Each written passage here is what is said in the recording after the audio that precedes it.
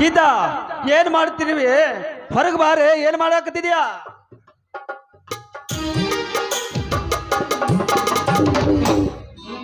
ಯಾಕ್ರಿ ಇಷ್ಟೊಂದು ಗಾಬರಿಯಾಗಿ ಓಡಿ ಬಂದ್ರಲ್ಲ, ಏನಾಯ್ತು ರೀ? ಗೀತಾ, ರಾಧಾ ಎಲ್ಲಿ ಅದಾಳ? ತಮ್ಮ ದವಾಖಾನೆಯಿಂದ ಇನ್ನೂ ಮನೆಗೆ ಬಂದಿಲ್ಲೇನಾ? ರೀ ಇಲ್ರಿ, ಇನ್ನೂ ಬಂದಿಲ್ಲ ರೀ. ರಾಧಳು ಮನೆಯಲ್ಲಿ ಒಬ್ಬಳೇ ಕುಳಿತು ತುಂಬಾ ಬೇಜಾರಾಗಿರ್ಬೇಕು. ಅದಕ್ಕೆ ತೋಟವನ್ನು ಸುತ್ತಾಡ್ಕೊಂಡು ಬಂದ್ರು ಬರ್ಬೋದು ಬಿಡ್ರಿ. ನೀವ್ಯಾಕ್ರಿ ಇಷ್ಟು ಗಾಬರಿ ಆಗಿರಾ?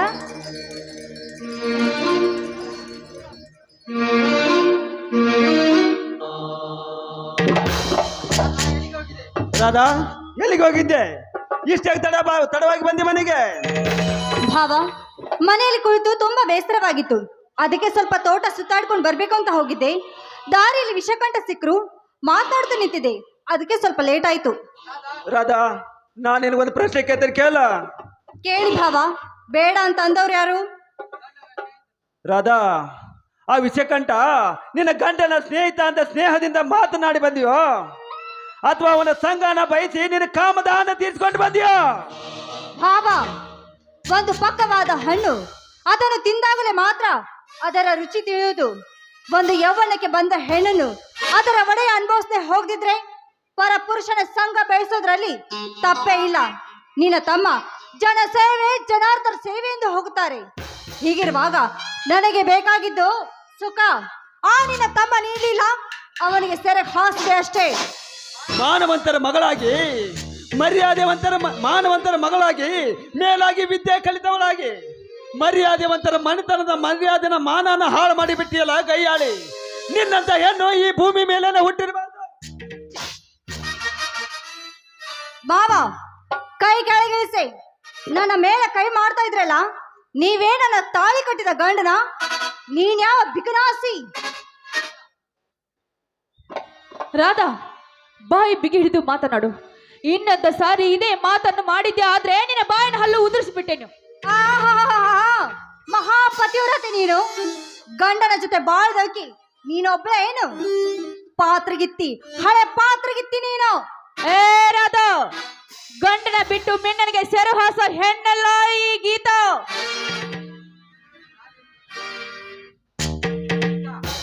ಗೀತಾ, ಹಾಗೆಲ್ಲ ಮಾತನಾಡಬಾರ್ದು. ಗೀತಾ, ಅವಳಿಗೆ ಹಾಗೆಲ್ಲ ಮಾತನಾಡಬಾರ್ದು.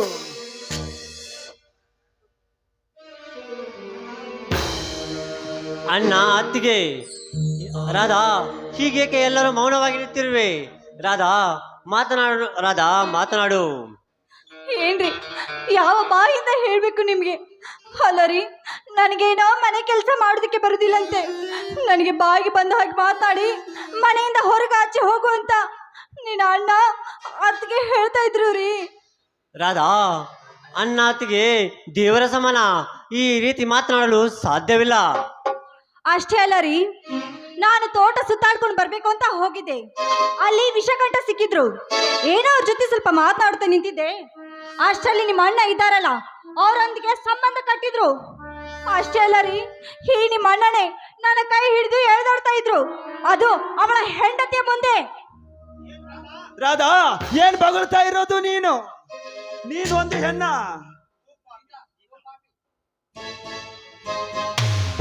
ಪಾಪಿ, ನೀನು ಒಂದು ಹೆಣ್ಣ ಕುಲದ ರಾಕ್ಷಸಿ ನೀನು. ವಯ್ಯಾರಿ ಬಣ್ಣದ ಗೌರಿ, ಗಂಡನ ಎದುರಿಗೆ ಈ ಎಲ್ಲ ನಾಟಕ ಮಾಡಿಸಿದ್ದು ನೀನೇ. ಯಾಕೆ ಮನೆಯಿಂದ ಆಚೆ ನೂಕ್ಬೇಕು ಅಂತ ಮಾಡಿದ್ಯಾ? ಅಣ್ಣ, ತಂದೆ ತಾಯಿಯನ್ನು ಕಳೆದುಕೊಂಡ ಮೇಲೆ ನೀನೇ ತಂದೆ ತಾಯಿಯನ್ನು ನಂಬಿದ್ದೆ. ಈ ರೀತಿ ಮಾತನಾಡಲು ನಾಚಿಕೆ ಆಗುವುದಿಲ್ಲವೇ?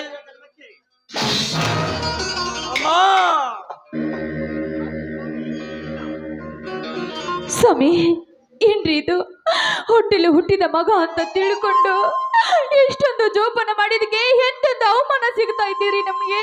ಎಂತೆಂತ ಅವಮಾನ ಸಿಗ್ತಾ ಇದೆ. ಏನೇ ಈ ಮನೆಗೆ ಅಣ್ಣ ತಮ್ಮಂದಿರು ಹಾಲಿನಂತಿರೋ ಮನೆಗೆ ಬಂದು ಹುಳಿ ಹಿಂಡಿ ಬಿಟ್ಟೆ ಅಲ್ಲೇ ಕೈ ಅಳಿ ನೀನು. ಹೊಟ್ಟೆಯಲ್ಲಿ ಹುಟ್ಟಿದ ಮಗಳಿಗಿಂತ ಹೆಚ್ಚಾಗಿ ಉಳಿಸಿ ತಿನಿಸಿ ನಿನ್ನ ದೊಡ್ಡ ಡಾಕ್ಟರ್ನಾಗಿ ಮಾಡಿದ್ದಕ್ಕೆ ಇದ ಏನೋ ನಿನ್ನ ಪ್ರತಿಫಲ? ಹೊಡಿತಮ್ಮ, ಇನ್ನೊಂದು ಕಪ್ಪಾಳಕ್ಕೆ ಹೊಡಿ. ಹಿರಿಯರು ಹೇಳಿಲ್ಲೇನೋ, ಪ್ರತ್ಯಕ್ಷ ಕಂಡರು ಪ್ರಮಾಣಿಸಿ ನೋಡ್ಬೇಕು ಅಂತ. ಮಾಡೋ ಹೆಂಗಸರು ಕೆಲಸ ಮಾಡಿ ಹೆಂಗಸ್ರ ತರ ಅಳ್ತಾ ಇದೆಯಲ್ಲ, ಇದು ನಿನ್ನ ನಾಟಕ ಅಂತ ನನಗೂ ಚೆನ್ನಾಗಿ ಗೊತ್ತಾಗಿದೆ. ಅಲ್ಲ, ಬೆಂಗಳೂರಿನಿಂದ ಪಾಪ ನಿತ್ತಿಗೆಟ್ಟು ಬಂದಿರ್ಬೇಕು ನೀವು. ನಿಮ್ಗಾಗಿ ಬಿಸಿ ಬಿಸಿಯಾದ ಅಡಿಗೆ ಮಾಡ್ತೀನಿ, ಬಿಸಿನೀರು ಕಾಯಿಸ್ತೀನಿ, ಬನ್ರಿ ಸ್ನಾನ ಮಾಡಿ ಊಟ ಮಾಡೋರಂತೆ. ಅಯ್ಯೋ ವಿಧಿಯೇ, ಇಂಥ ಅಪವಾದಕ್ಕೆ ಗುರಿ ಮಾಡಿದೀಯಾ ತಂದೆ? ನಿನ್ನನ್ನು ನಂಬಿದ ಭಕ್ತರಿಗೆ ಈ ರೀತಿಯ ಅನ್ಯಾಯವೇ? ತಮ್ಮ, ಸತ್ಯ ಏನಾದರೂ ಎಂಬುದು ಒಂದು ದಿನ ತಾನಾಗಿ ಹೊರಗೆ ಬರ್ತಾ ಇದ್ದಿ. ನನ್ನನ್ನು ಕ್ಷಮಿಸಿಬಿಡು. ಸ್ವಾಮಿ, ಅಳಬೇಡ್ರಿ, ಅಳಬೇಡಿ. ನೋಡಿ, ಕಾಯ ಒಬ್ಬ ಇದ್ರೆ ಕಾಯ ಒಬ್ಬ ಮತ್ತೊಬ್ಬ ಹಿಂದೆ ಇರ್ತಾನೆ. ನಾವು ಏನು ಅನ್ಯಾಯ ಮಾಡಿದ ಅಂತ ಆ ದೇವರಿಗೆ ಖಂಡಿತವಾಗ್ಲೂ ಗೊತ್ತಿದ್ದೇ ಇರುತ್ತೆ ರೀ, ಗೊತ್ತಿದ್ದೇ ಇರುತ್ತೆ. ಬನ್ರಿ, ಎಲ್ಲಾದ್ರೂ ಈ ಹಾಳಾದ ಪ್ರಪಂಚದಲ್ಲಿ ಹೋಗಿ ನಾವು ಜೀವನ ಸಗಿಸೋಣ. ಬನ್ನಿ ಸ್ವಾಮಿ. ಅಯ್ಯೋ ವಿಧಿಯೇ, ನಾನೊಂದು ಬಗೆದರೆ ದೈವ ಒಂದು ಬಗೆದಂತೆ ಆಯಿತು ಈ ನಮ್ಮ ಬಾಳಿನಲ್ಲಿ. ಅಣ್ಣ ತಮ್ಮರಿಬ್ಬರ ಬಾಳಿನಲ್ಲಿ ವಿಷದ ಬೀಜವನ್ನು ಬಿತ್ತಿ ಬಿಟ್ಟನ ಆ ನೀಚ ವಿಷ ಕಂಡ. ಈಗ ಯಾಕೋ ನನ್ನ ಎಡಗಣ್ಣು ಹಾರ್ತಾ ಇದೆ ಕಣೆ. ಮತ್ಯಾವ ಕುತ್ತು ಕಾದಿದೆಯೋ? ನಡಿ ನೋಡೋಣ, ಹೋಗೋಣ. ಆಗ್ಲೂ ಬನ್ರಿ.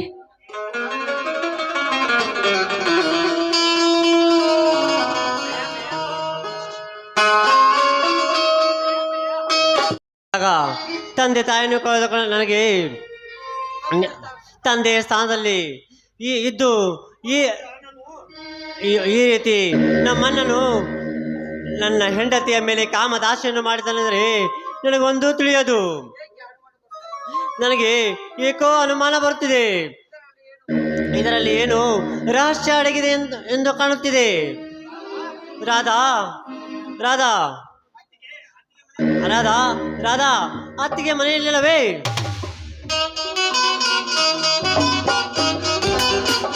ಇಲ್ಲ ರೀ, ಅವರು ತೋಟಕ್ಕೆ ಹೋಗಿದ್ದಾರೆ. ರಾಧಾ, ನಿಜ ಹೇಳು ಹೇಳು. ನಮ್ಮಣ್ಣ ಈ ರೀತಿ ಮಾಡಲು ನಿನ್ನ ಮೇಲೆ ಬಲಾತ್ಕಾರ ಮಾಡಲು ಸಾಧ್ಯವಿಲ್ಲ. ನಿಜವೇ?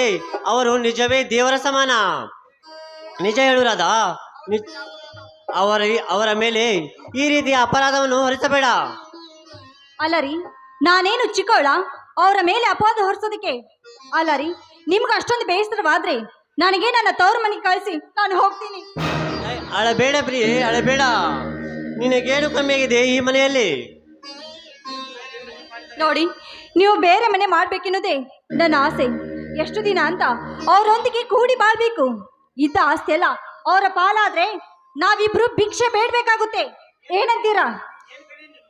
ಏನು ಕರೆ ನೀನು ಈ ರೀತಿ ಕೇಳುತ್ತಿರುವೆ? ನಿನ್ನ ರೂಪಕ್ಕೆ ಮರುಳಾಗಿ ಅಣ್ಣನ ಆಜ್ಞೆಯನ್ನು ಮೀರಿ ನಿನ್ನ ಚಿನ್ನದ ಗೊಂಬೆ ಅಂತಿಂದು ಇರುವ ನಿನ್ನ ರೂಪ ಲಾವಣ್ಯಕ್ಕೆ ಮೆಚ್ಚಿ ಮದುವೆಯಾಗಿಲ್ಲವೇ?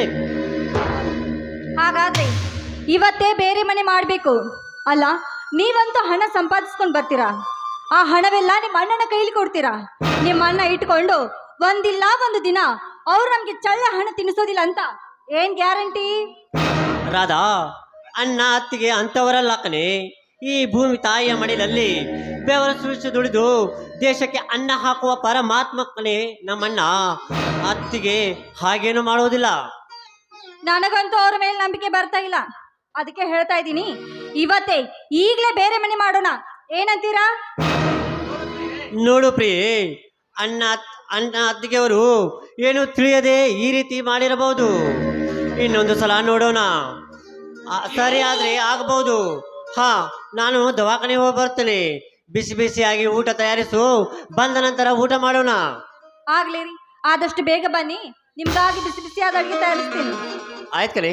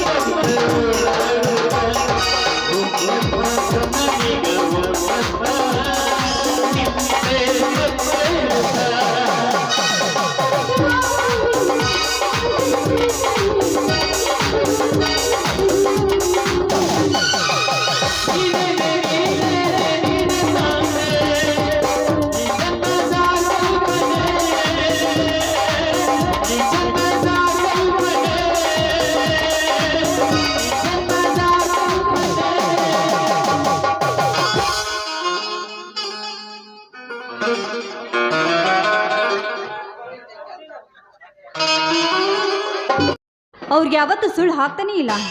ಜನ ಸೇವೆ ಜನಾರ್ದರ ಸೇವೆಯಿಂದ ಹೋಗುತ್ತಾರೆ. ಆದರೆ ನಮ್ಮ ಮಾವ ನನ್ನ ಮೇಲೆ ಕಾಮದಾಹ ಅಂತ ಏನೇನೋ ಆಸ್ಪತ್ರೆ ಕಟ್ಟಿದ್ದಾರೆ. ಆದರೆ ಅವ್ರು ಬರೋದಕ್ಕಿಂತ ಮುಂಚೆ ಆ ಆಸ್ಪತ್ರೆ ಎಲ್ಲ ಮುಚ್ಚಿಸಿ ನಾವು ಬೆಂಗಳೂರಿಗೆ ಹೋಗಲೇಬೇಕು. ಹೋಗ್ಬೇಕಾದ್ರೆ ಏನಾದರೂ ಅವನ ಮೇಲೆ ಅನುಮಾನದ ಜಾಗ ಹುಡುಕ್ಲೇಬೇಕು.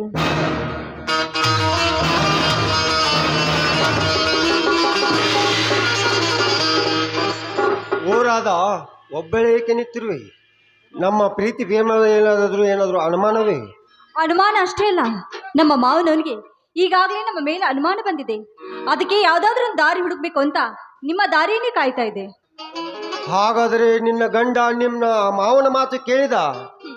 ಕೇಳೋದಕ್ಕೆ ನಾನು ಬಿಟ್ರಲ್ಲವೇ, ಅವನೇನ ನನ್ನ ಬಲಾತ್ಕಾರ ಮಾಡಲು ಬಂದಿದ್ದಾನೆಂದು ಕಪಾಳ ಮೋಕ್ಷ ಮಾಡಿಸಿರುವೆ. ಆ ಹೆಣ್ಣಂದ್ರೆ ಬಲು ಹೆಣ್ಣು, ಹೆಣ್ಣಂದ್ರೆ ಹೀಗಿರಬೇಕು. ಅಲ್ಲ, ಕದ್ದು ಮುಚ್ಚೆ ಅಂತ ಎಷ್ಟು ದಿನ ನಾವಿಬ್ರು ಓಡಾಡಬೇಕು? ಈ ವಿಷಯ ಮನೆಯವ್ರಿಗೆ ಗೊತ್ತಾದ್ರೆ ಮುಂದೆ ಗತಿ ಏನು ಅಂತ ನಾನು ಚಿಂತೆ ಮಾಡ್ತಾ ಇದ್ದೀನಿ. ನಿಮ್ಗೇನು ಅನಿಸ್ತಿಲ್ವೇನು? ರಾಧಾ, ಒಂದು ಉಪಾಯ. ನಿನ್ನ ಗಂಡ ಅತ್ತಿಗೆ ಮನೆಯಲ್ಲಿದ್ದಾಗ ಆಗ ನಿಮ್ಮ ಮಾವ ಒಬ್ಬನೇ ಇರುವನು. ಆ ಸಮಯದಲ್ಲಿ ನೀನು ಮೂರ್ಛೆ ಹೋದಂತೆ ನಟಿಸು. ಆವಾಗ ನಿನ್ನ ಒಳಗೆ ಕರೆದುಕೊಂಡು ಹೋಗೋನು. ಆ ಸಮಯದಲ್ಲಿ ನಾನು ಕೆಲವು ಫೋಟೋಗಳನ್ನು ತೆಗೆಯುತ್ತೇನೆ. ಅವುಗಳನ್ನು ನಿನ್ನ ಗಂಡನಿಗೆ ತೋರಿಸಿ ಅನುಮಾನ ಬರುವಂತೆ ಮಾಡುವೆ. ಅವನಿಗೆ ತೋರಿಸಿ ಅನುಮಾನ ಬರುವಂತೆ ಮಾಡುವೆ. ಆಗ ನಿನ್ನ ಗಂಡನಿಗೆ ಬರುವಂತೆ ಆಗುತ್ತದೆ. ಹೇಗಿದೆ ವಿಷಕಂಠನ ಪ್ಲಾನ್? ಆಯ್ತು, ನಿಮ್ಮ ಪ್ಲಾನ್ ಏನಂತೆ? ನಮ್ಮ ಮಾವ ನನ್ನನ್ನು ಬಲಾತ್ಕಾರ ಮಾಡಲು ಬಂದಿದ್ದಾರಂತ ನಾನು ಸುಳ್ಳು ಹೇಳ್ತೀನಿ. ಇನ್ನು ಮುಂದೆ ನೋಡ್ತಾ ಇರಿ, ಗಂಡ ಹೆಂಡತಿಯರು ಅವರಿಬ್ಬರು ಈ ಮನೆಯಲ್ಲಿ ಇರೋದಿಲ್ಲ. ಓಕೆನಾ? ಹಾಗಾದ್ರೆ ನಿನ್ನ ಬೈಕ್ ಈಡೇರಬೇಕಂದ್ರೆ ಇದು ಒಂದೇ ಒಂದು ದಾರಿ. ಯಾವುದು? ಈಗಲೇ ನೀವು ಮನೆಗೆ ಹೋಗಿ ಆ ನಿನ್ನ ಮಾವನ ಹತ್ತಿರ ಒಂದು ಉಪಾಯ ಮಾಡಿಬಿಡು. ಆವಾಗ ಸರಿ ಹೋಗುತ್ತದೆ. ಆಗ್ಲಿ, ಆದಷ್ಟು ಬೇಗ ಈ ಕೆಲಸ ಮಾಡ್ತೀನಿ. ನಾನು ಬರ್ತೀನಿ. ಆಯಿತು. ಅಲ್ಲಿವರೆಗೆ ಒಂದು ಇಂಪಾದವಾದ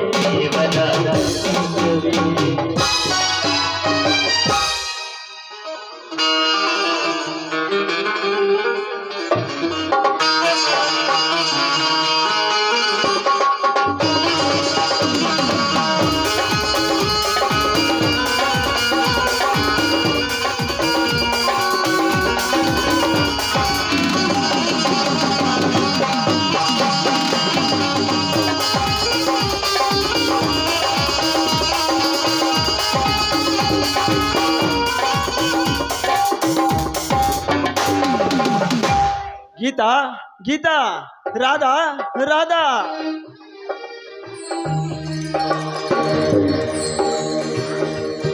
ಗೀತಾ ಗೀತಾ ರಾಧಾ ರಾಧಾ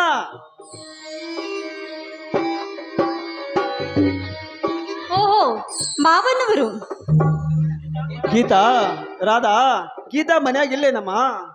ತಮ್ಮ ದವಾಖಾನೆಯಿಂದ ಇನ್ನೂ ಮನೆಗೆ ಬಂದಿಲ್ವೇ? ಅವರೇನು ಬಂದಿಲ್ಲ, ಅಕ್ಕ ತೋಟಕ್ಕೆ ಹೋಗಿದ್ದಾರೆ.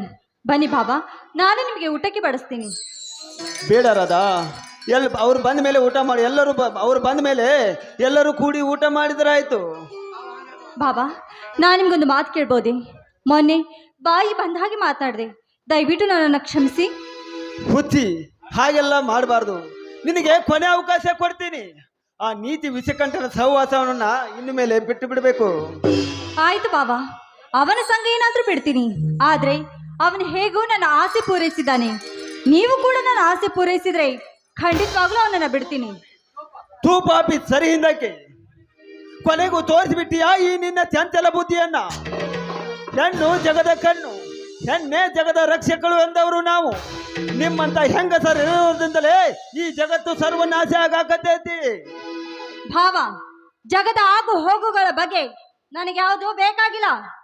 ನನಗೆ ಬೇಕಾಗಿರುವುದು ಸುಖ ಒಂದೇ, ಅದು ನೀನ್ ನೀಡಬೇಕು. ಹಾಗಂತ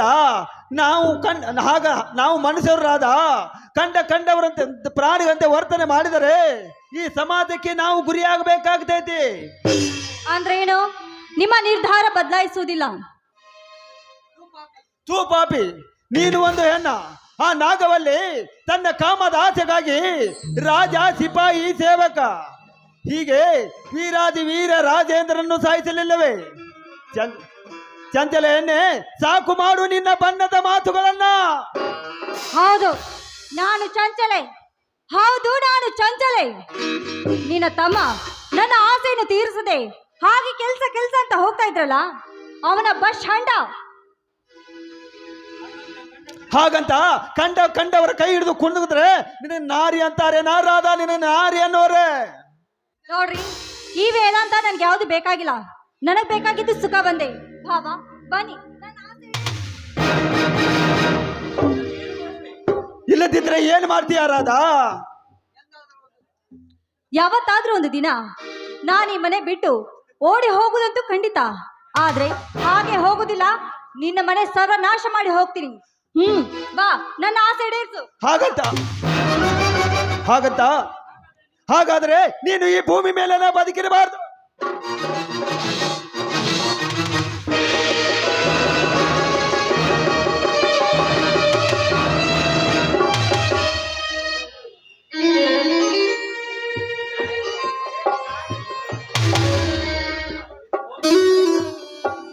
ಕೃಷ್ಣ ಕೃಷ್ಣ, ಏಕೋ ಮುಖದಲ್ಲಿ ಲಕ್ಷಣ ಕಾಣುತ್ತಿಲ್ಲ. ಗೆಳೆಯ, ರಾತ್ರಿ ನಿದ್ದಿಗೆಟ್ಟು ಬೇಜಾರಾಗಿದೆ ಅಷ್ಟೇ. ಮಿತ್ರ, ಹೇಗೆ ನಡೆದಿದೆ ನಿನ್ನ ಜನಸೇವೆ? ಚೆನ್ನಾಗಿ ನಡೆದಿದೆ. ಆದರೆ ಎನ್ನುವ ಮಾತೇಕೆ ಗೆಳೆಯ? ಈ ಒಳ್ಳೆ ಹೆಸರನ್ನು ಗಳಿಸಿದೆ ಈ ತಾಲೂಕಿನಲ್ಲಿ. ಮಿತ್ರ, ನೀನು ಒಂದು ವಿಷಯವನ್ನು ಹೇಳಬೇಕು. ನೀನು ತಪ್ಪು ತಿಳ್ಕೊಳ್ಳೋದಂದ್ರೆ ಮಾತ್ರ ಹೇಳುತ್ತೇನೆ. ಹೇಳು ಮಿತ್ರ, ನಿನ್ನ ಮೇಲೆ ನಾನೇಕೆ ತಪ್ಪು ತಿಳ್ಕೊಳ್ಳಿ, ಹೇಳು. ನೋಡು ಮಿತ್ರ, ನೀನು ಬೆಂಗಳೂರಿಗೆ ಹೋದಾಗ ನಿನ್ನ ಹೆಂಡತಿ ಅಂದ್ರೆ ನನ್ನ ತಂಗಿ ತೋಟದ ದಾರಿಯಲ್ಲಿ ಒಮ್ಮೆ ಭೇಟಿಯಾಗಿದ್ದಳು. ಆದರೆ ನಿಮ್ಮಣ್ಣ ನನ್ನ ಮೇಲೆ ಅವಳ ಸಂಬಂಧ ಇದೆ ಎಂದು ಆಧಾರದ ಪಟ್ಟ ಕಟ್ಟುತ್ತಿದ್ದಾನೆ. ನಿನ್ನಣ್ಣ ನೀ ಇಲ್ಲದ ಸಮಯದಲ್ಲಿ ನಿನ್ನ ಹೆಂಡತಿಯನ್ನು ಬಲಾತ್ಕಾರ ಮಾಡುವಾಗ ಯತ್ನಿಸಿದ್ದಾನೆ. ಆವಾಗ ನಾನು ಕೆಲವು ಫೋಟೋಗಳನ್ನು ತೆಗೆದಿದ್ದೇನೆ. ಈಗೋ ನೋಡು.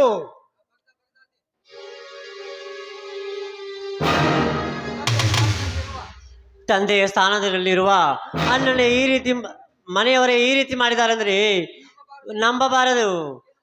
ಏನು ಮಾಡಲಿ ಮಿತ್ರ? ಮನೆಯವರೇ ಈ ರೀತಿ ಮಾಡಿದರೆ ಬೇಲಿಯದ್ದು ಹೊಲವನ್ನು ಮೇದಂತಾಯ್ತು. ಯಾರನ್ನು ನಂಬಬೇಕು ನನಗೊಂದು ಅರ್ಥವಾಗುತ್ತಿಲ್ಲ. ಆ ದೇವರಿಗೆ ಗೊತ್ತು. ಹೌದು ಮಿತ್ರ, ಈ ವಿಷಯ ನಿನಗೆ ಹೇಗೆ ಗೊತ್ತಾಯ್ತು?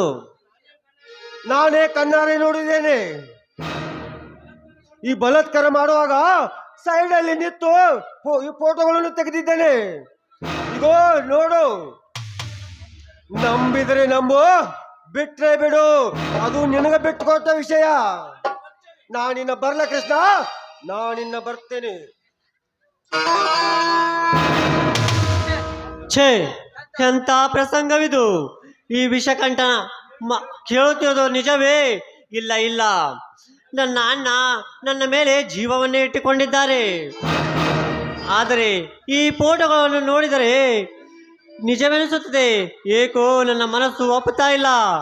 ಕಾಮಕ್ಕೆ ಕಣ್ಣಿಲ್ಲ, ಆಸಕ್ಕೆ ಮಿತಿ ಇಲ್ಲ ಅಂದ ಹಾಗೆ ನನ್ನ ಹೆಂಡತಿಯನ್ನು ಮೋಹಿಸಿ ನಿನ್ನ ಕಾಮದಾವನ್ನು ಹಿಂಗಿಸಿಕೊಂಡಿಯಲ್ಲ ಅಣ್ಣ.